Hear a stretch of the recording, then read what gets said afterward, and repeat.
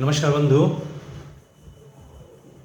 सबसे पहले मैं अपने देश के प्रधानमंत्री श्री नरेंद्र मोदी जी को उनके 75वें जन्मदिन की शुभकामना देता हूं। वो यूं ही भगवान और जनता की कृपा से स्वस्थ रहें, नौजवान दिखें और कुर्सी पे विराजमान रहें। ये बात मैंने इसलिए कही क्योंकि इस देश को याद होगा 2013 में आडवाणी जी ही वो व्यक्ति थे जो प्रधानमंत्री के योग्य थे, जिनके संघर्ष से भारतीय जनता पार्टी सत्ता में आई थी। उसके साथ साथ मुरली मनोहर जोशी जी थे, वो भी भारतीय जनता पार्टी के एक कद्दावर नेता थे और देश के सबसे महत्वपूर्ण कुर्सी के दावेदार भी थे। अटल जी तो प्रधानमंत्री बन ही चुके थे, लेकिन भारतीय जनता पार्टी में 2013 में आडवाणी जी को इसलिए साइडलाइन कर दिया गया नरेंद्र मोदी की टीम द्वारा कि उनकी उम्र 75 वर्ष हो गई है, इनको अब संरक्षक की टीम में जानी चाहिए। पार्टी के ये चेयरमैन का कुर्सी इन्होंने पकड़ा दिया और एक तरह से सक्रिय राजनीति से उनको संन्यास दिला दिया गया। मुरली मनोहर जोशी और आडवाणी जी दोनों ही 75 वर्ष की फाउंडेशन लगाने के बाद से भारतीय जनता पार्टी द्वारा उनको सक्रिय राजनीति से रिटायर कर दिया गया।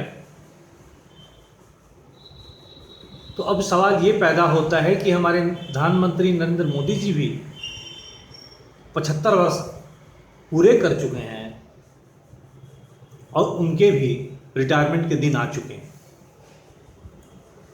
इस पर भारतीय जनता पार्टी क्या करना चाहती है, क्या एक्शन लेना चाहती है? क्योंकि जिस तरह इन्होंने आडवाणी जी को 75 वर्ष की उम्र दिखाकर, मुरली मनोहर जोशी जी को 75 वर्ष की उम्र दिखाकर राजनीति से संन्यास की तरफ भेज दिया और 2014 में नरेंद्र मोदी जी प्रधानमंत्री की कुर्सी पर सवार हो गए, तो आज एक बार फिर ये देश पूछना चाहता है, ये देश जानना चाहता है कि आखिर वो रिटायर कब होंगे, वो सक्रिय राजनीति से रिटायरमेंट के बाद संरक्षक के रूप में कब जाएंगे, प्रधानमंत्री की कुर्सी कब खाली करेंगे। ये सवाल इसलिए भी जायज़ है क्योंकि ये भारतीय जनता पार्टी का सिस्टम है, उन्हीं के द्वारा बनाया गया है, उन्हीं के द्वारा अपनाया गया है। इसलिए पूरा देश 75 वर्ष पूरा होने के बाद इस देश के प्रधानमंत्री जी से कह रहा है कि अब आप रिटायरमेंट ले लीजिए। जो आप कहते रहे कि झोला उठा के चल दूंगा, तो मुझे लगता है कि अब झोला उठा के जाने का समय आपका हो गया है। अब आपको सक्रिय राजनीति से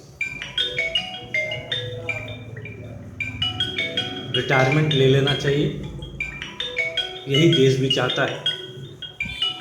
क्योंकि आप ही के पार्टी में ऐसे बहुत सारे योग्य नेता हैं, अगले कड़ी के नेता हैं,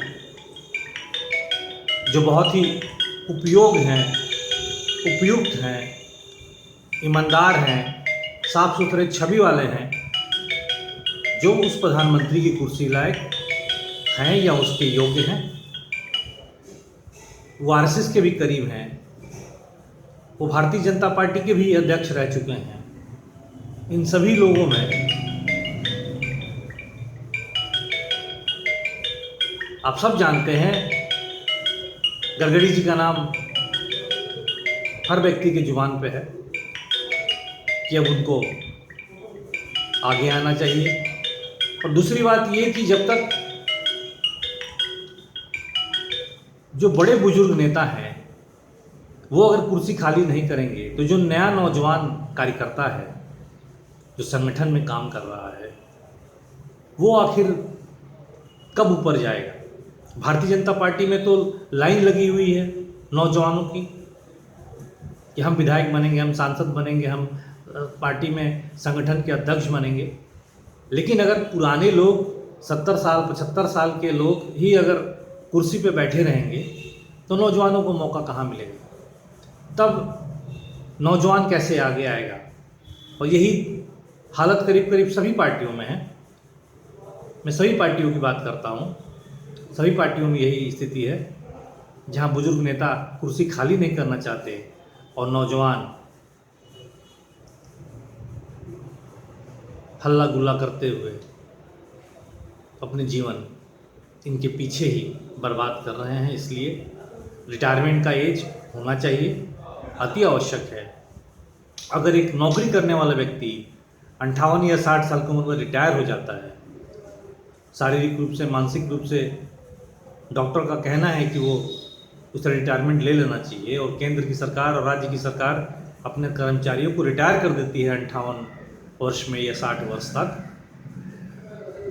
तो फिर राजनीति में रिटायरमेंट क्यों नहीं हो रही है, ये भी एक बहुत बड़ा सवाल है। इसलिए मुझे लगता है कि ये सवाल बहुत ज़रूरी है। चुनाव आयोग के लिए भी एक उम्र निर्धारित कर देना चाहिए ताकि नौजवानों को मौका मिले, नौजवानों को आगे आने का मौका मिले, कुर्सियाँ खाली हों।